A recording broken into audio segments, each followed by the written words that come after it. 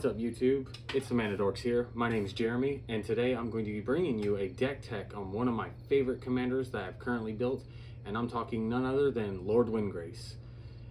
He's a planeswalker that can be your commander. He's really fun to play around with, do different things, and what I'm going to do is I'm going to dive into this deck tech, explaining what I run, the combos I can do, and give you an insight on why I like him. And I welcome any comments on what you guys would change, what you like, what you don't like. And without further ado, let's dive into Lord Windgrace. Alright guys, here is of course my Lord Windgrace deck tech, and I'm going to get started for you. We're going to start off with my commander, Lord Windgrace. He is a Jund commander with 2 generic, black, red, green, and he enters with 5 loyalty. He is really good for what he does. Each one of his effects have a purpose in this deck, and I'm going to explain how they go. We'll start off with his +2. It is discard a card and then draw a card. If I discarded a land this way, I draw an additional card. So I can drop a land and draw 2 off of that, and that's a +2. So with him entering at 5, that puts him at 7 immediately. His -3 is I can return up to 2 target land cards from my graveyard to the battlefield. They do not enter tapped, and that's a good way for me to get extra plays in as the turns go. And then his ultimate, which is -11, destroy up to 6 target non-land permanents. Then create 6 2/2 green cat warrior creature tokens with Forest Walk. So I haven't had much instance of using his ultimate. I normally focus on his +2, -3 to keep the deck going. If you can build him up to 11, that's awesome. It would make a good way to remove and get you some bodies that are unblockable if your opponent have forest. But other than that, I normally focus on his +2, -3 to maintain the deck's force. Alright, we're going to move on to some creatures for you.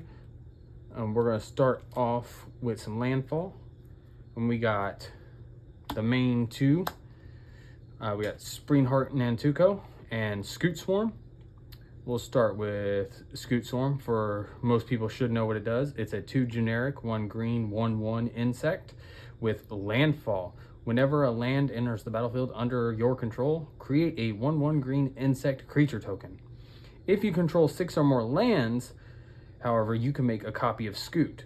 So that 1 copy of Scute becomes 2, 2 becomes 4, 4, 8, 16, so on, until you get an unstoppable army of nasty little bugs.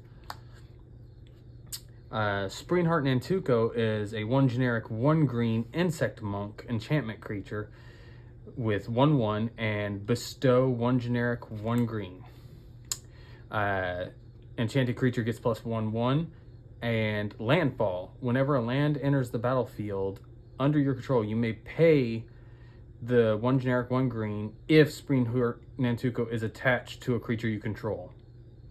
If you do, create a token that's a copy of that creature. If you didn't create a token this way, you still get a 1/1 green insect creature token. So it literally does what Scute does without making copies, or you can make a copy of something more impressive later down the line. Next we have Lotus Cobra. Lotus Cobra is a 1 generic, 1 green creature snake with 2/1. And Landfall. Whenever a land enters the battlefield under your control, add 1 mana of any color.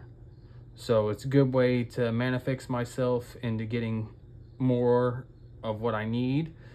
And with this deck having multiple land drops, especially with Lord Windgrace's -3 to get 2 lands to the battlefield, that'll trigger Cobra to go off. And of course, get me extra mana. So that would give me 4 mana to spend off the bat. Alright. Next we have Courser of Kruphix, a 2 green, 1 generic enchantment creature centaur Play with the top card of your library revealed. That's with static ability. You may play the top card of your library if it's a land. So if you don't have any lands in your hand, you can use this guy to get a land drop from the top of your deck. And it has, whenever a land enters the battlefield under your control, you gain a life. I have a bad habit of missing that last effect of gaining a life, and I need to be more on it. But he's good to see what's coming off the top of your deck, getting you land drops from the top of your deck, and giving you more survivability in terms of life. Alrighty. Next we have some 6-drop land drops, or landfall creatures. We have Rampaging Baloths and Geode Rager. Rampaging Baloths is 4 generic 2 green creature beast with 6/6 trample, and whenever a land enters the battlefield under your control, you may create a 4/4 green beast creature token. So pretty boring, plain and simple. He makes little 4/4s that can swing out and give me extra bodies to either chump with or swing out. But it's not bad. He's good at what he does. Next we have Geode Rager, 4 generic 2 red creature elemental. First strike, 4/3, and with landfall, whenever a land enters the battlefield under your control, goad each creature target player controls. So with this, you can essentially get your 3 land drops, or at least 2 per turn, and you can goad 2 opponents to force them to battle out anyone but you. And it's a good way to protect Lord Windgrace or your life total if you're starting to run short. For 6 mana, he is a little pricey to bring out, but if you get him out quick enough with your ramp spells, it's good to have him. I definitely recommend him, and I do enjoy him. Alright, we're going to some 7 drops. We got Avenger of Zendikar and Omnath, Locus of Rage. Avenger of Zendikar is 5 generic 2 green creature elemental with 5/5, and when he enters the battlefield, you create a 0/1 plant creature token for each land you control. And with this being a landfall deck, you'll normally have a good 8-9 lands on the field, if not more, by the time he comes out, so you'll get a bunch of bodies. And landfall, whenever a land enters the battlefield under your control, you may put a 1/1 counter on each plant creature you control. So you can pump them up really big, and it just gives you more swinging capabilities, more blockers. You could also combo with Springheart Nantuko to make a copy of him when a land enters the battlefield. You won't get his making of the plants because he's technically not entering. You can still use it to benefit from the landfall, though. With multiple copies of him, you're getting double the 1/1 counters on all those plants. You can make those plants extra big and just swing out hard. All right, and with Omnath, Locus of Rage, it's a 3 generic 2 red 2 green legendary creature elemental with 5/5 and landfall. Whenever a land enters the battlefield under your control, put a 5/5 red-green elemental onto the battlefield. So it gives you a body for every land you place on the board that's equivalent to him in stats, which is great. And then whenever Omnath, Locus of Rage, or another elemental you control dies, deals 3 damage to target creature or player. So Avenger of Zendikar, Geode Rager, these are both elementals that you can abuse with it. It's just nasty to burn out some life when they die. And then you could also Springheart Nantuko bestow, make a copy of him. One has to die due to the legend rule. Oh, 1 died, you burn for 3. Make another copy, burn. Oh, there you go. He's pretty boring too. He just goes for that kill, but when he pops off, he is nasty. All right, we've got some ramp creatures for you. We got Orcish Lumberjack and Ragavan the Nimble Pilfer. Monkey, monkey, monkey. We'll start with Ragavan. It's a 1 red legendary creature, monkey pirate with 2/1. Whenever he deals combat damage to a player, create a treasure token. and exile the top card of that player's library. Until the end of the turn, you may cast that card. So he gets you treasure and a potential card off your opponent's deck. Unfortunately, you can't get the lands because it's cast, not play. But still, with the potential of hitting a decent spell, that's really, really good. And then he has Dash, 1 generic, 1 red. You may cast him for that cost. He enters the battlefield with haste, so you can immediately just swing out, get that treasure, and a potential card. Next we have Orcish Lumberjack, one of my personal favorites in this deck. It's a 1 red, 1/1 orc. And he has tap, sacrifice a forest, add 3 mana of any combination, red and or green, to your mana pool.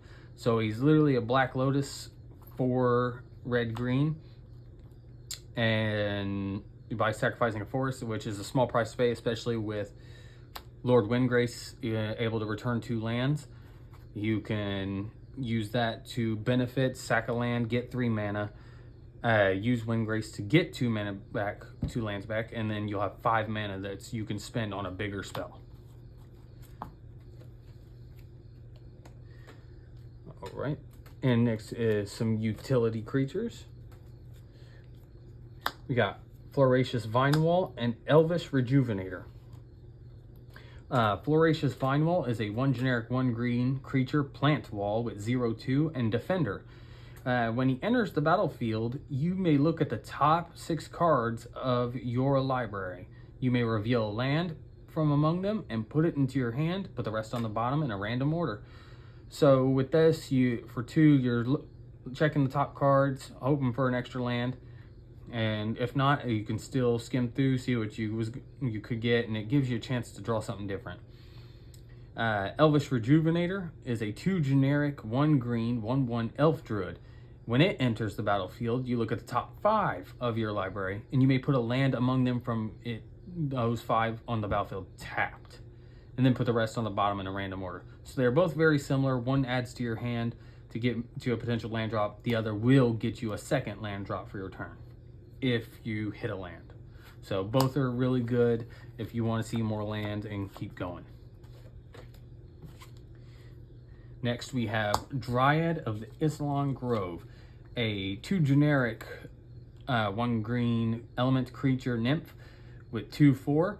It has, you may play an additional land on each of your turns, and lands you control are every basic land type in addition to their other types. So it mana fixes you and gives you extra land drops, which will trigger your landfall more often and just let you play bigger plays sooner.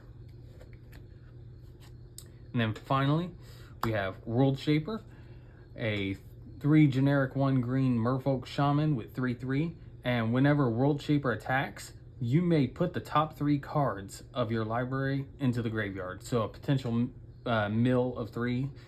And with you potentially hitting lands, you can use Windgrace, of course, to cycle those lands back. World Shaper also has, when it dies, you put all land cards from your graveyard onto the battlefield tapped.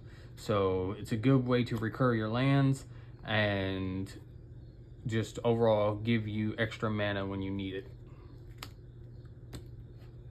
And then finally, some interaction creatures. We have Vexing Shusher and Army Ants. Vexing Shusher is split blip, red, green, 2 of them. He is a Goblin Shaman, 2/2, and he cannot be countered. And he has red, green split. The target spell can't be countered by spells or abilities. So you can use Vexing Shusher as a bargaining chip in politics to protect a spell of your opponents that could potentially benefit you in the end game. You can also use it to help them get rid of a troublesome player. It could also protect your spells. It's just a great bargaining chip and a great card overall to have in this deck for some of your bigger spells that you want to cast later on. Next we have Army Ants. This is one of my favorite creatures in the entire deck. It's a 1 generic black-red insect, 1/1. It has tap it, sacrifice a land, destroy target land. So it benefits you. You can sacrifice one of your lands that you can recur and get rid of a land an opponent controls, or a land you control that you want gone. But all in all, it's used to kind of slow down your opponents if they have lands that give them extra benefits, like a Gaia's Cradle or something. You can go, oh, Army Mance, eat that land. He's normally prime target when he comes out just because of that ability. It doesn't hurt you versus it hurts other players. But all in all, definitely recommend for this deck. Alright, we're on to some sorceries for you guys. And we're going to start with some ramps. We got 3 Visits, Farseek, and Nature's Lure. All do similar things. All are 2 drops with 1 generic, 1 green. 3 Visits has search your library for a forest card, put that card onto the battlefield, and then shuffle your library. It does not enter tapped, so you can use this to search an alpha duel, a fetch land, anything that could benefit you to get an extra play out there. And it's the same with Nature's Lure. Also searches your library for a forest, put it onto the battlefield, and shuffle. So both of these get you a land untapped for 2 mana, as long as it has forest and subtype. But definitely need in a landfall deck. And then we have Farseek, also 1 generic, 1 green sorcery. Search your library for a plains, island, swamp, or mountain card, and put it onto the battlefield, tap, then shuffle. So this doesn't search for a basic, it can search for any of those subtypes. So once again, you can search for an alpha duel, shock land, or anything that has those types in it. And it's just another auto include for landfall. Next, for some 3 drops, we have Kodama's Reach, Flare of Cultivation, and Jeska's Will. Kodama's Reach, 2 generic, 1 green. Search your library for 2 basic land cards, reveal those cards, put 1 into the battlefield tapped, the other into your hand. So once again, helping your landfall, getting you extra lands on the board, self-explanatory. Flare of Cultivation, a 1 generic, 2 green sorcery. It has the potential of being free by sacrificing a non-token green creature. Search your library for 2 basic lands, reveal them, put 1 on the battlefield tapped, the other into your hand, then shuffle. So it's literally Cultivate, just has the chance of being free, but only has 2 green blips instead of 1 and 2 generic. And then finally we have Jeska's Will, 2 generic, 1 red sorcery. If you choose one of its points, if you control your commander, when you cast a spell, you can choose both. It has add red mana for each card in target opponent's hand. So if someone has a decent hand size, 6 cards, you'll get 6 red mana you can spend for a spell. And then exile top 3 cards of your library. You may play them this turn. So if you hit a land, you can play your land for turn. You hit a good, small spell, that's something you can cast. Definitely just would include in a red deck in general. But a great card. Great. Next, for our 4 drops, we have Skyshroud Claim, Tempt with Discovery, and Culling Ritual. Our Skyshroud Claim is a 3 generic, 1 green sorcery with search your library for up to 2 forest cards, and you put them onto the battlefield. Then shuffle. They do not enter tapped, so you can grab the subtype lands, Alpha Duel, Shock, anything that would have forest to get them on the battlefield, and that's more mana for you to spend. Tempt with Discovery is a 3 generic, 1 green sorcery with Tempting Offer. Search your library for a land and put it onto the battlefield, period. So you'll get any land you want, bring it out to the battlefield. It does not enter tapped. And then after you do that, each opponent has the option to do said effect. If they do search and put a land, for each opponent that does, you get another land. So you have the potential of getting 4 lands off of this that do not enter tapped, and they can be any land you want. Chances of that happening aren't very high, but there are some players that might be a little mana stuck that want to be fixed. Tempt with Discovery will definitely help them with that. Next, we have Culling Ritual. 2 generic, 1 black, 1 green sorcery. Destroy each non-land permanent with a mana value of 2 or less. Add black or green for each permanent destroyed this way to your mana pool. So if you hit 4 or 5 small artifacts or creatures, or that gives you, it can pay for itself, and it could be a good wipe card. It just depends on how you use it, but definitely a good way to remove and get your mana back to play another spell afterwards. And finally, one of the best ramp cards in the deck, Awaken the Woods. 2 green X. You create X 1/1 forest green dryad land creature tokens. So if you put 6 into X, you're getting 6 forest dryad land tokens, which will trigger all of your landfalls for each one of them entering. As that's really, really good. You can also sacrifice them to Orcish Lumberjack to get 3 extra mana for 1. They do have summoning sickness, however, but it's a small price to pay to net so much. It's great with Landfall. Next, we'll go into some draw spells for you. I run 2 draw sorceries. We got Faithless Looting and Sign in Blood. Faithless Looting is a 1 red sorcery. Draw 2 cards, then drop 2 cards. And so self-explanatory. And then it is a neg one because you're using this card, you're drawing 2 and dropping 2. But it also has flashback to where you can pay 1 red, 2 generic to just cast this again and exile it. So it's another way to get more cards to your hand. Then we have, of course, Sign in Blood. 2 black sorcery. Target player draws 2 cards and loses 2 life. This is another card you could use in a sort of politic bargaining chip.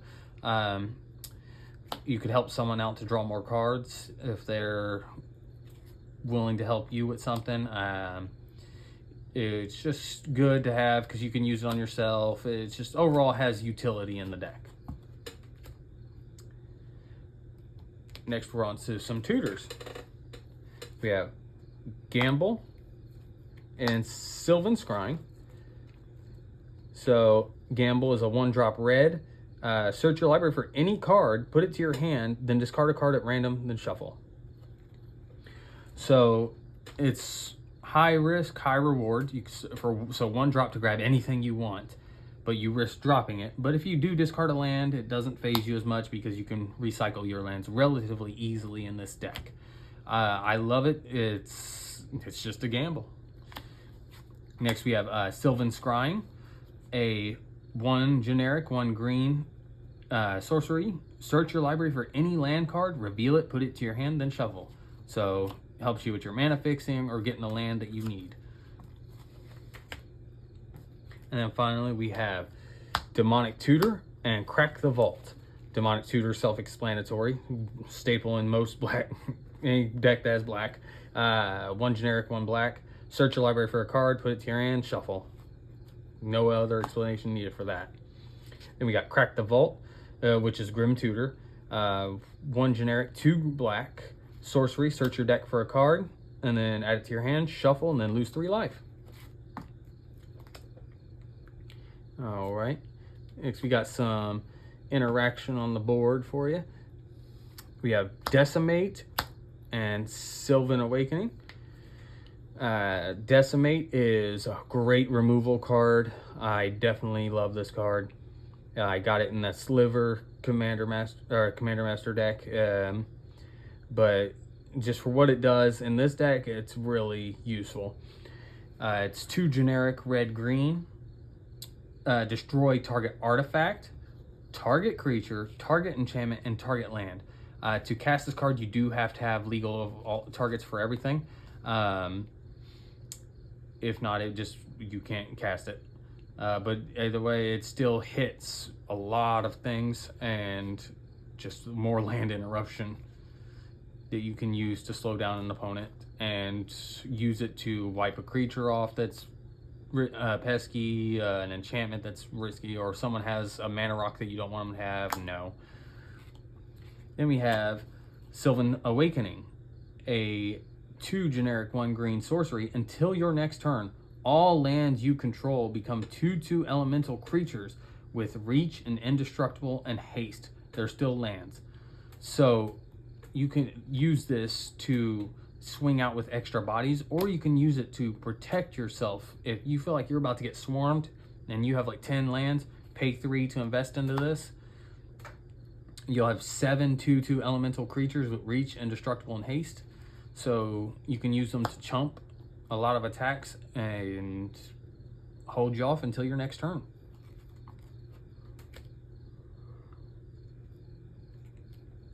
Next we have Tempt with Vengeance.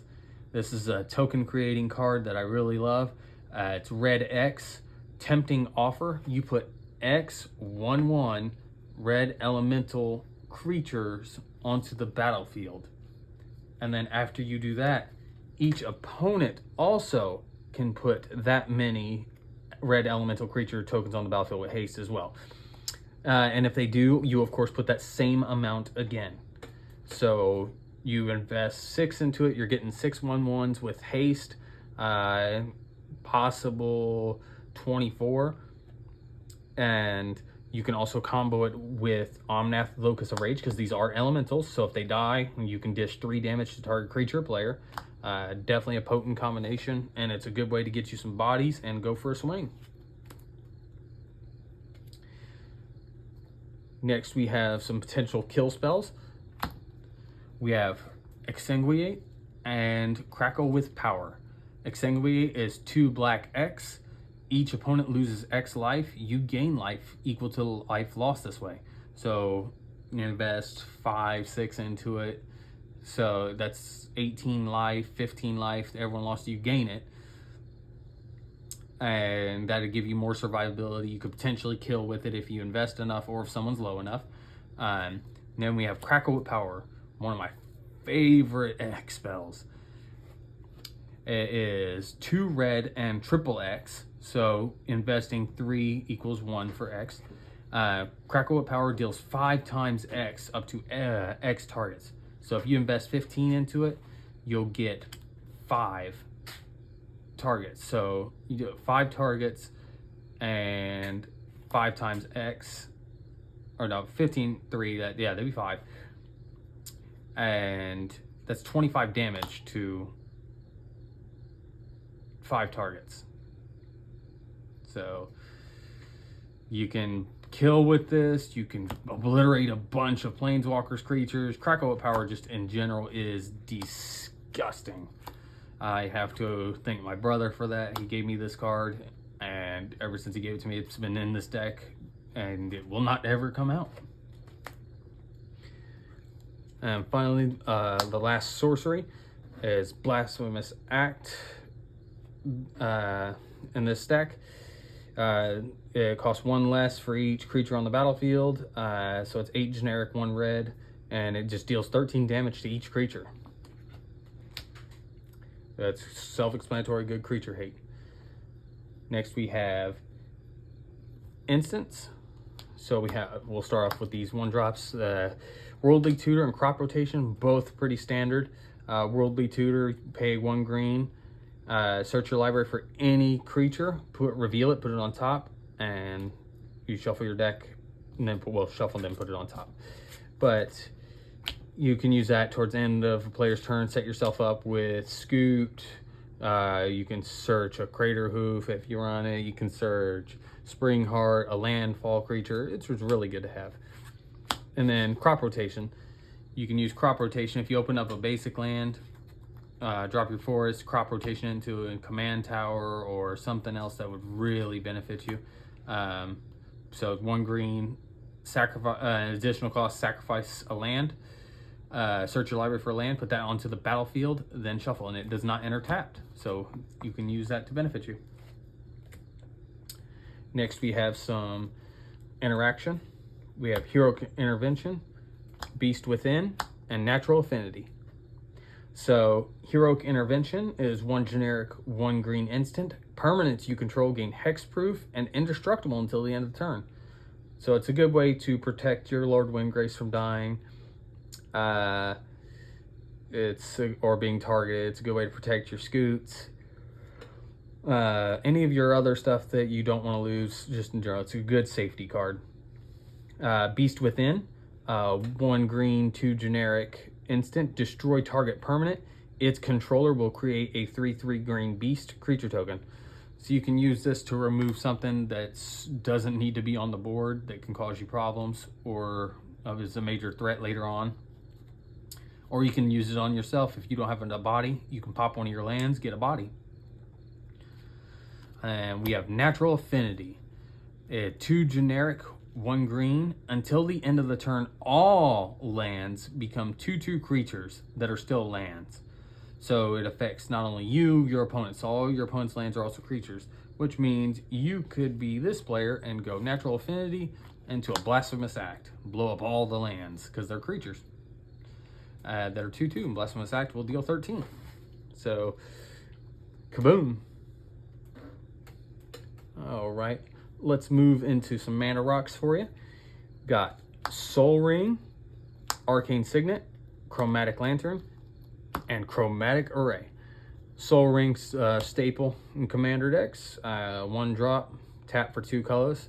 Arcane Signet, 2 generic, tap for any color of your commander's identity, so definitely need. Chromatic Lantern, 3 generic.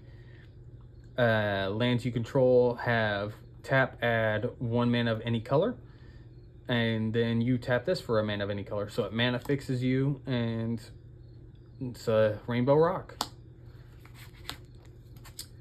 And then we have Chromatic Ori.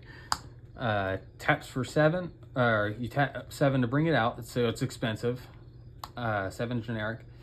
You may spend mana as though it was any color, so it's mana fixing. It taps and gives you 5 generic, so 5 of whatever you want it to be. Then you pay 5, tap this, and you draw cards for each color among permanents you control. So if you control Lord Windgrace, you could draw a max of 3 cards. It's up to you if you need to want to use its draw effect, but other than that, it's mostly there for the mana ramp.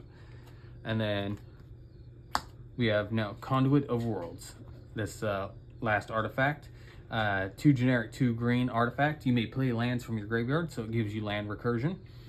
Then you may choose target non-land permanent in your graveyard. If you have not cast a spell this turn, you may cast that card. If you do, you cannot cast any additional spells this turn. Activate only as a sorcery. So it's a good way to get a landfall creature back, a mana rock, or something that can benefit you. You could play Crucible of Worlds instead if you want to. I chose to play the Conduit of Worlds, just to have that extra chance of playing permanents from my graveyard that aren't lands. Next, we got some enchantments for you. We got Exploration and Phyrexian Arena. Exploration gives you an extra land drop every turn for 1 mana. So 1 mana, get this out, and then you drop another land. Definitely great to have. It feeds into your landfall. Then Phyrexian Arena, 2 black, 1 generic enchantment. At the beginning of your upkeep, you may, or you not may, it's you draw a card and lose a life. So it just gives you more gas at the cost of a life, but you have ways to gain life in the deck, so it's not too painful. Definitely recommend using it. And now we got some planeswalkers for you. We got Chandra, the Awakened Inferno, and Nissa, who shakes the world. Chandra is a 2 red, 4 generic planeswalker. It starts with 6 loyalty.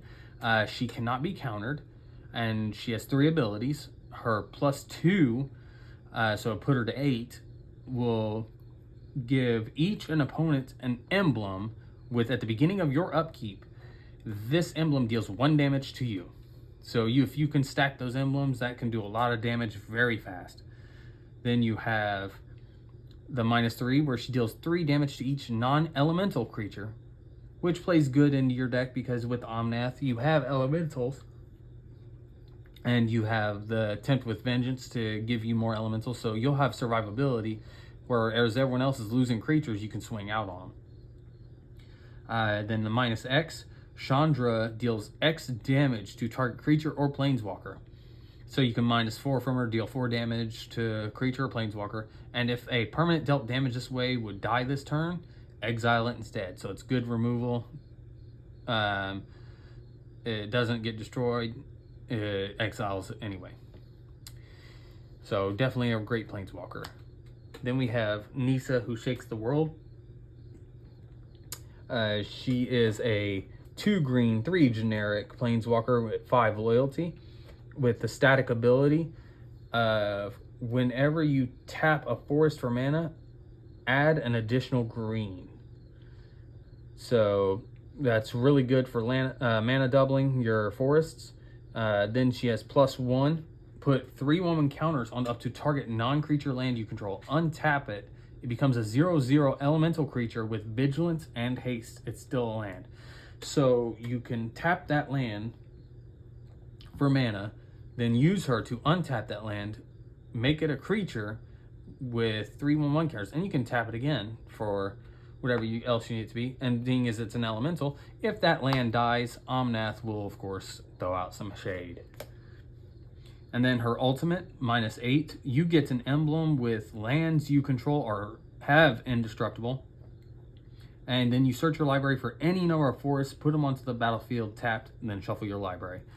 I normally don't use her for her 8, but I like her for her mana doubling capabilities for forest, and then also making my lands creatures to get me bodies. Next is the main win con I run. We have Craterhoof Behemoth and Finale of Devastation. Both are definitely key pieces you need to push for a win if you want to go for attacks, because with all those scoots, you can pump them up, make them big, swing out for game. Finale is a 2 green X spell where you search your library for a mana value of X or less and put it onto the battlefield. If you search your library this way, shuffle. If X is 10 or more, so I'm sorry, that was library and or graveyard. So you hits both, either or. But if X is 10 or more, creatures you control get +XX until the end of the turn. So if you invest 10, all your creatures are getting +10, 10, and haste until the end of the turn. So you use that to fetch your Craterhoof, which is an 8-drop. So you spend 10 to get the haste and 10/10.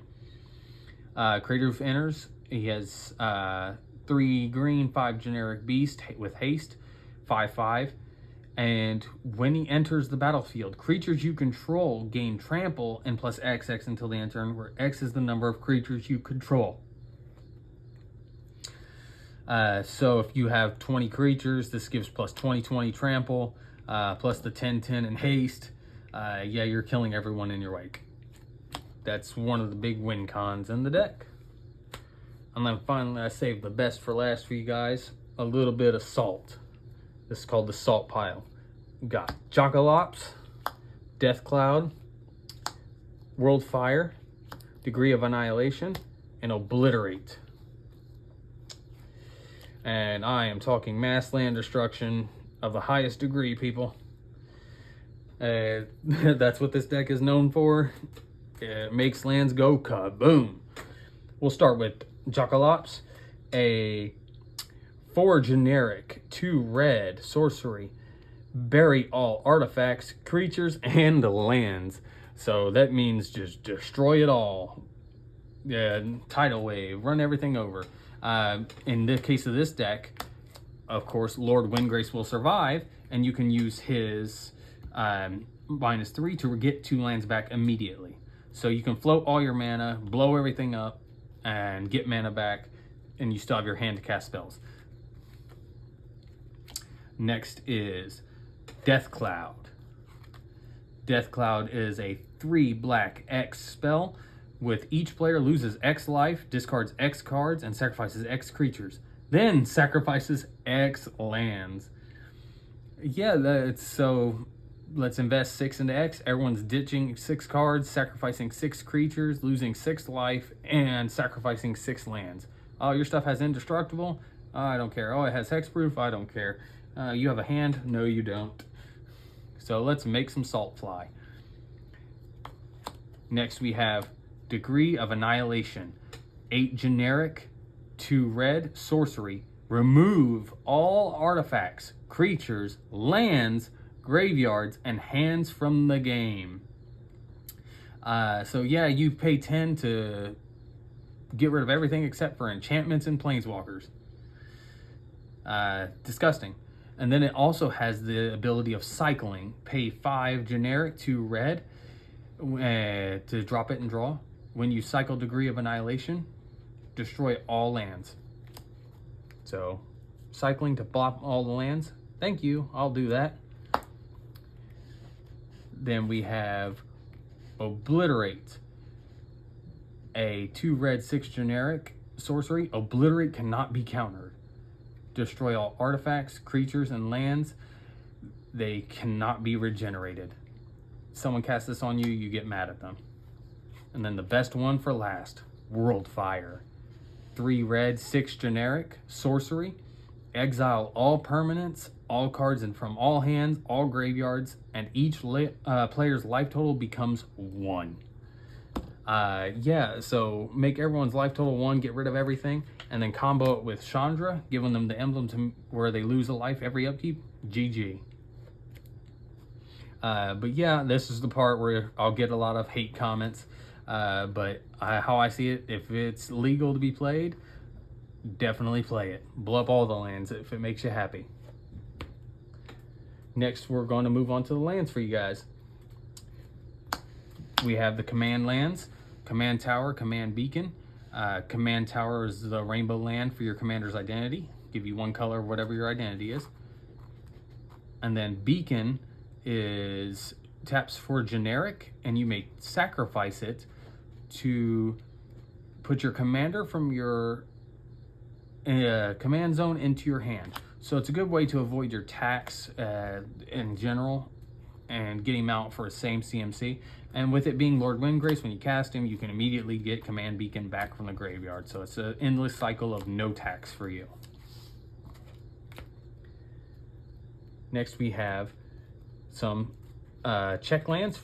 We have Dragonskull Summit, Smoldering Marsh, Woodland Cemetery, Undergrowth Stadium, and Cinderglade. All these lands will check for a certain thing or they enter tapped. Dragonskull Summit taps for red black. Unless you control a swamp or mountain, enters tapped. Smoldering Marsh and Cinderglade enter tapped unless you control 2 or more basic lands. Smoldering Marsh taps for red or black, and Cinderglade a red or a green. And both of these have the subtypes of swamp mountain or mountain forest, so they're searchable. Then we have Woodland Cemetery. It enters tapped unless you control a swamp or a forest, and it taps for a black or a green. And then finally we have Undergrowth Stadium. It enters the battlefield tapped unless you have 2 or more opponents, and then it taps for a green or a black. Next we have fetch lands. Bloodstained Mire, Verdant Catacombs, Misty Rainforest, and Wooded Foothills. Each one of these pay a life, tap it, sacrifice, and you search for the respective type and put it onto the battlefield. They do not enter tapped, so you can search for a mountain swamp with Bloodstained Mire, forest swamp, Verdant Catacombs, forest island with Misty Rainforest, so you're only going to use that for the green in this deck, and then Wooded Foothills and Mountain Forest. And then finally we have Fabled Passage and Riveteer's Overlook. Fabled Passage, sacrifice Fabled Passage, search your library for a basic land, put it onto the battlefield tapped, and then shuffle your library. If you control 4 or more lands, untap that land. Riveteer Overlook, when it enters the battlefield, you immediately sacrifice it. And when you do, you search your library for a basic swamp, mountain, or a forest and put it onto the battlefield tapped. Then you shuffle and gain a life. So it's a Jund search land, fetch land, and you gain a life off of it. Next we have the Shocks, Stomping Ground, Overgrown Tomb, and Blood Crypt. Each one of these you have to pay 2 life or they enter tapped. You get red-green off of Stomping Ground, black-green off of Overgrown Tomb, or red or black off of Blood Crypt. Next we play Tron lands, the Urzas. We've got Urza's Tower, Urza's Mine, Urza's Power Plant. Each one taps for 1 generic unless you have all 3, which in case you'll get 7 mana if you have all 3. And or you can combo it with Planar Nexus, which will give all of them their effects of tapping for the multiple mana, because of Planar Nexus being every non-basic land type. Planar Nexus also taps for a generic, or you can feed 1 into it and tap it for a mana of any color. Next are some unique named lands that we run. We have Dryad Arbor.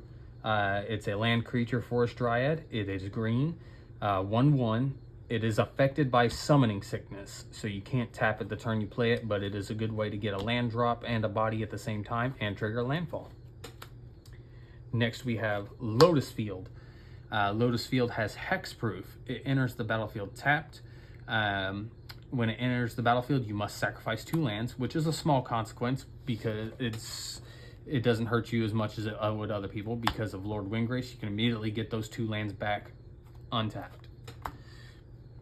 And then it also taps for 3 mana of any 1 color.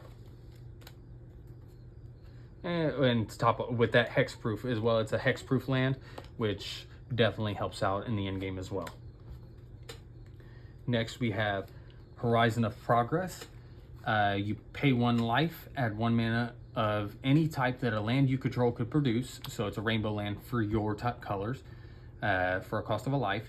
You can pay 3 to tap at this and put a land from your hand onto the battlefield tapped. So it gives you an extra land drop per turn, triggering landfall. So that's great. And then you can pay 1, tap this, sacrifice it, and draw a card.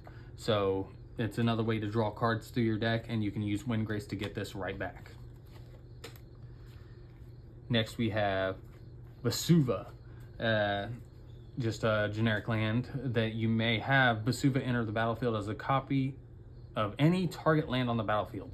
So if someone has a good land that you want, you can now have it. If they have a Gaia's Cradle, well, you do now.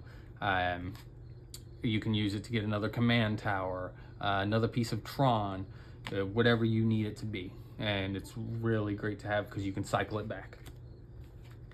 Next we have Volatile Vault. It's a land cave.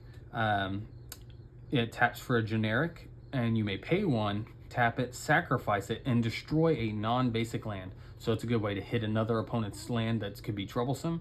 They do get a basic land out of that. They search your library for a basic land card and put it onto the battlefield. But you also get a treasure token off of that. So you're sacrificing this land to blow up someone's good land and giving yourself a treasure as well. And with Windgrace able to cycle lands, of course, you can just repeat that process and get more treasures. And then the final unique name land, Yavimaya, Cradle of Growth. It's a legendary land. Each land is a forest in addition to their other types. So not only does this give all your lands forest, you can play that into Orcish Lumberjack to sacrifice them for mana. You could also use it for Lord Windgrace's ultimate to make all your cats unblockable because every land's a forest, including your opponent's. And then finally, you can also use it for Nissa. Whenever a forest is tapped for mana, you add an additional green. So you can tap your 1 lands for the other colors you need, but since it was a forest, you're still getting a green off of it. She's definitely great to combo with that and your Orcish Lumberjack.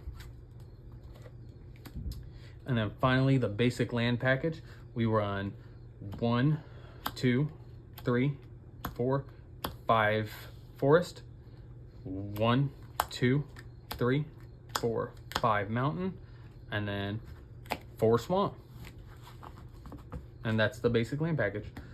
And there you have it, guys. That is my Lord Windgrace Landfall Mass Land Destruction deck. It has served me well. It has a high win rate because players just scoop. I'm not mad about it. I made it to do the purpose that it's supposed to do. I thoroughly enjoy blowing up people's lands, and making tokens and running people over. So this deck has multiple ways to win, multiple ways to control. Just all in all, really fun. If you have any comments of cards you'd like to see in it, or you'd recommend or take out or change, or any critiques, definitely leave it in the comments. I'd love to know. I do not play some extra of the land drops per turn. There's the 1 green, 2 generic that gives you 2 per turn. I just opted out because I don't want too many of those. But other than that, Lord Windgrace performs really well. Fun deck. I'll leave a link to my deck list in the comments, or just in general my deck list. And I hope you guys enjoy this deck tech video, and leave a like, comment, subscribe, and I hope to bring you more videos in the future. Thanks again for watching, guys.